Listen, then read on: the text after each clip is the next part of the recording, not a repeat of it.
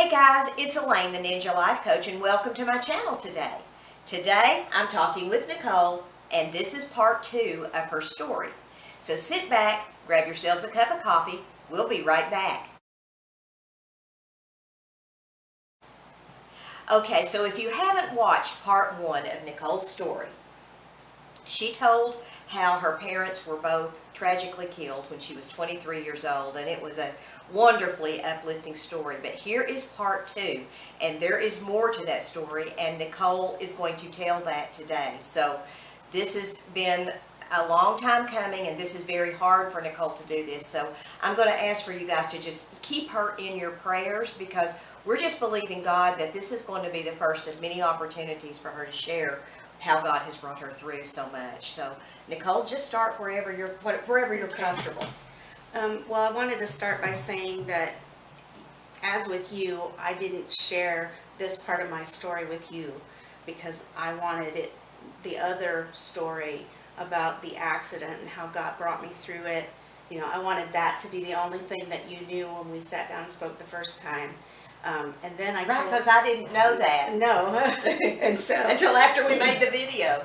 Right, and then I said to you, now I want to tell you the rest of the story. Right. So this is the rest of the story, and people can get lost in this part of the story and not hear the other message. So it was really important for me to not relay any of that information the last time. So today we'll relay the rest of the story. And that really has a lot to do with my upbringing, my childhood, and who my parents were. Okay. So, Go ahead. Oh, I was going to say, and Nicole has made some notes. So if you see her looking down, she's looking at her notes, because we're trying to stay on track here as much as we can, because we both get distracted easily. Yes, it's easy. So, go ahead. I'm sorry. Okay, you're fine. Okay, so both my parents grew up in really dysfunctional homes. My dad's family, there were 5 children in it, and his dad was a drunk, and he was pretty violent at times. And I don't know about my grandmother, but I know it was a very dysfunctional home. And my mom also grew up in a very dysfunctional atmosphere. There was a lot of actual violence in her home, where there was a lot of hitting, a lot of verbal abuse, physical abuse, and it was just a terrible environment. So my parents brought that upbringing into their upbringing of their children, and I'm sure that they tried to do what they thought was better than what was done to them, but it was still very difficult and very, very hard to grow up in the home I grew up in. And just to recap, in my younger days, my dad was in the Air Force, and then he became a minister. And so some of this, during what I'm going to tell you, was happening while he was a minister in a church. Okay. So, but I wanted to start with my mom. My mom had often told me that she probably shouldn't have been a parent and had children, because she didn't feel she was very good at it, and she knew that she wasn't who she wanted to be many times. She was a very sick individual, in that a lot of what happened to her in her childhood came out in her physically. So she had a lot of health problems and ended up with ulcerative colitis, which almost killed her a couple of times. It was probably when I was about 12 or 13 years old, she had surgery that helped correct some of that, but that only took a piece of the pain and suffering that she went through away. So she was in pain a lot. She was. Okay. She was. And so that never helps anybody be a better parent when you don't feel well. Right. But anyway, her How was she as far as her demeanor towards you when you were yeah when you were kids? Well, there were times that she was very loving and she was very compassionate. I had a lot of nightmares when I was younger, and one of my better memories is that my mom was always willing to let me come and be in bed with her if I'd had a nightmare. I would crawl in next to her, and she always helped me feel better. And I think the last time I crawled in bed with her was when I was about 14 years old. And I think at that point I thought, you know, you're getting a little too old to be doing this. And so after that, I didn't crawl in bed with her when I had nightmares. But that was definitely one of my better memories. But she was physically abusive, verbally abusive, emotionally abusive. One of my worst memories was when I was in first grade. I had lost track of my shoes, and the bus was coming, and I ended up missing the bus. And she was so angry with me that she punched me, and I ended up with a black eye. Oh my goodness. And so it was very hard to explain that to people. And so, you know, like most children, I lied about it, and I had just fallen or made up some excuse as to what had actually happened. And my dad was furious and told her that if she ever hit me again like that, that he would divorce her. So I didn't see a lot of physical contact after that, but it still happened on occasion. There was a time when she was very angry at my sister because my sister had done something that was going to reflect badly on my dad as a pastor, and she took a wooden spoon and hit her with it at least 20 times. And I was so upset that I screamed at her and told her to stop. My dad was sitting there, and he never said anything. He just let her sit there and beat my sister. And there was another time that we didn't put the dishes away properly, and my mom got us up out of bed and asked who put the dishes away. And my sister had done it, and my mom took the pan that had been put away improperly, and she hit her over the head with it a few times. Goodness. And so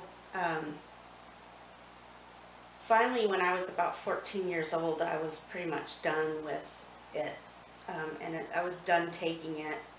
And she had backed me up in a corner because I was upset with her for not listening to me. My parents weren't listening to me, and I was trying to tell them something, and they just refused to hear what I had to say, and I was so angry.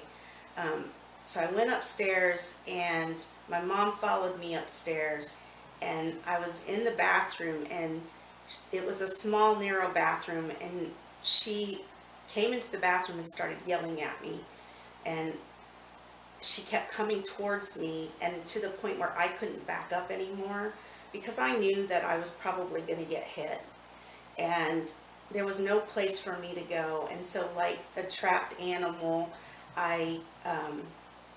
when she got close enough to me, I pushed her off of me, and I pushed her off with me with such force that it actually shook the bathroom. And from that point on, she told people that I had hit her.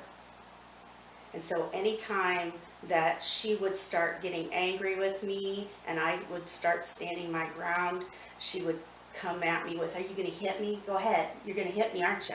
Just like you did back when you were 14. And so That's a heavy burden. Okay, we're going to talk about your dad just a little bit. Let's tell me a little bit about him. Well, he was in Vietnam and was gone when I was first born. And for the first year of my life, he wasn't around. And the only time I would hear his voice was he would send tapes back and forth to my mom. And that's how I would hear his voice for the first year of my life. And when he came back from Vietnam, they say on the ride home, I crawled over into his lap. And from that point on, I was a daddy's girl. And he taught me a lot. He never wanted me to feel like I had to rely on a man to learn how to change a tire, to do basic repairs in a home. And I was very much a tomboy, and I loved learning all that stuff. And so I was always out there with him, handing him tools when he was working on the car. And for years, I would sit on his lap and we'd watch TV, and just anytime he was home, I was very much wanting to be with him and enjoyed his company. And so things changed, although I still remained a daddy's girl for many years. When I was about 7 years old, which is my earliest memory, he started touching me in a way that a father should never touch his daughter. And this went on until I was about 12 years old. Did you tell anyone? No, at that time I did not. I did not say anything. And I didn't know that it was Well, you probably wrong. didn't know. Right. And at that age you don't. Yeah. You don't know that that's not appropriate. And so, no, I didn't tell anybody, and I didn't know that it was wrong. And it took me a while to figure out that this wasn't okay. Yeah. And so, about the time I was 14, it had stopped, and I remember specifically going to him and saying, "You will never lay a hand on me again. You will never touch me like that again." And he apologized, and he tried to explain it away because my mom was sick, and he had this reason and that reason as to why he did what he did. But there's never, ever an excuse. Never. There's never a good reason. And a person who's a sociopath, like he was, is always going to make up an excuse as to what gives them permission to do what they've done. Right. But it isn't right. Right. It isn't okay. And so, again, at 14, I told him he was not going to ever do that. And Did you tell your mother? no. And as far as I know, my mom didn't know. People say that she probably did know, but I'm not sure. So when she died, I'm not sure if she knew or not. But I really believe that my dad was a pedophile, and he probably would have stopped touching me anyway because he was attracted to children. And I saw this as I grew up, as he would always have other children around him. Children from the church would come over to the house where we were living. Mm-hmm. And so I was always slightly concerned, and so when he would have his door shut or something, I would always knock on the door and disrupt anything I was concerned about. But that should not have been your responsibility to do, and you recognize that now. Yeah, I do. But it took time for me to figure this out. Yes. You know? Who should have? You should never have had to figure that out at 7 years old. Mm-hmm. Yeah. And so, as I got older and started having boyfriends, my dad never liked a single one of them. And he always had an issue with each one. And I didn't have many, I only had a few. But there was one that I became more serious with when I was a junior in high school. And he hated him. I mean, hated him. And I was only in the relationship for about 3 months, where my dad was not happy to have him around and said he didn't want him in his house anymore. And a lot of that has to do with men who have possession, believe it belongs to them, and I was my dad's possession. Right. You know, and he didn't want to share me with another male. And even though he wasn't doing anything like that to me anymore, that was what was behind a lot of his actions from that point on. When my mom's mother died, and right before that, my dad had given me an ultimatum. He said, "You break up with the boyfriend or you move out of the house." And at that point, I was stubborn enough to leave, and I moved out. And so my senior year of high school, I moved out in September, and then my mom's mom died, and she was devastated. And she cried and begged me to come home because she was so upset for her loss. And I think she was also feeling not just the loss of her mother, but the loss of me being there with her. Sure. And so I did what she asked, and I told my dad that I would stop seeing my boyfriend, and then he let me come home. So for my mom, I lied, didn't break up with my boyfriend, and we continued our relationship in secret. It was during that time, though, that I was gone that I received the first letter from my dad of disownment. He said, "You are no longer my daughter. Don't come home. Don't ask for anything. We don't want you here. We don't want you around." And I think that was him. I don't think that was my mom at all. And it was very hurtful. And I kept that letter for quite a few years. So the following summer, after I graduated, my boyfriend and I broke up. And we had both planned on attending the same school. So we show back up at college, and we start talking again, and start having meals together again. And my dad found out. I had said something to my mom that I had had a meal with my ex-boyfriend, and she told my dad. And my dad was furious. And he sent me my second letter telling me not to come home for Thanksgiving or Christmas. I was no longer their daughter, and they didn't want anything to do with me from that point on. And it was at that time that Tim came back in my life, which is my now husband. And I ended up leaving with him and going and spending Thanksgiving with his family. And then he came back. He was in the Navy, but he left, and then he came back for Christmas, and I joined him for Christmas. And it was at that time that he asked me to marry him for the first time. There was 2 times. That was a journey, wasn't it? It was. Let's talk about. But I know that you and Tim were married, weren't you, when your parents? Yes. During the accident. Right. How did you feel when you got the news that they had been killed in an automobile accident? I was devastated.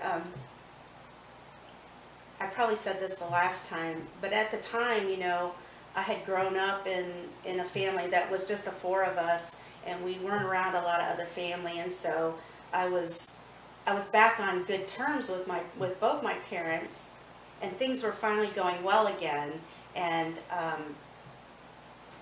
I was devastated, and I was devastated for a long time.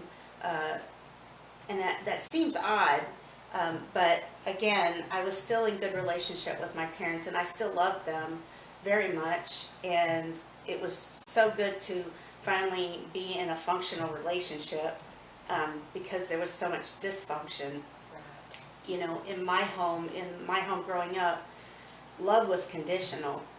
You know, you had to meet a certain set of standards. You had to get good grades. You had to behave yourself. You had to mind your manners and do things according to the way my dad wanted them done, or you weren't going to be loved. And so it was very clear that, you know, there was an expectation there. And so, I, like most people who have lost their parents, I wasn't in a bad place with my parents at the time, and I didn't realize that what I really needed was some counseling.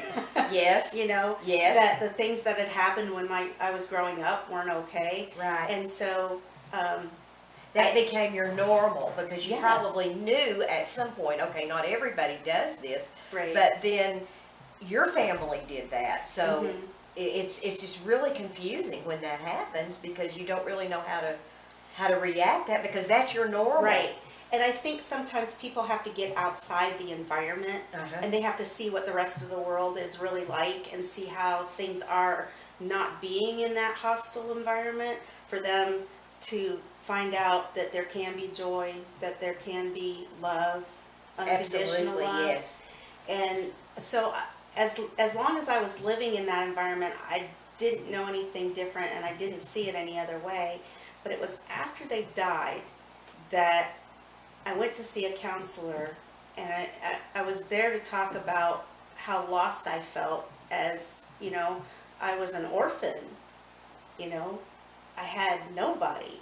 The only person that I had in my eyes was my husband, and I loved him. We were only 2 years into our marriage, and that's when the counselor advised me that maybe I needed to deal with some other things that were coming out as we were counseling. And as we dealt with them, you know, she was telling me that was not okay. That was not right. That was something that was done to you. You did not Yes. cause that. Yeah, and that was a time of release for me. Right. Because as a child, I would, you know, as I said earlier, I was a daddy's girl. And so And he preyed on that, it sounds like. he did. And I blamed myself because I would go sit on his lap. I went to him. But that's normal for little girls to sit on their dad's lap. Yeah, and what he was doing felt good. And so You didn't know. I didn't know. It was you know? his job to protect you, and he didn't. Exactly. And so I held some inward guilt, you know, saying that I brought this on myself. I mean, after all, I went to him, or I let him touch me. I let him do those things to me. And she, through counseling, started saying, no, you know, that's not okay. What he did wasn't right. You are not to blame. It is not your fault. And that was the first time I had heard that, and it was very healing for me, and it kept me from beating myself up Yeah. over what happened. I can't even imagine, Nichole. I cannot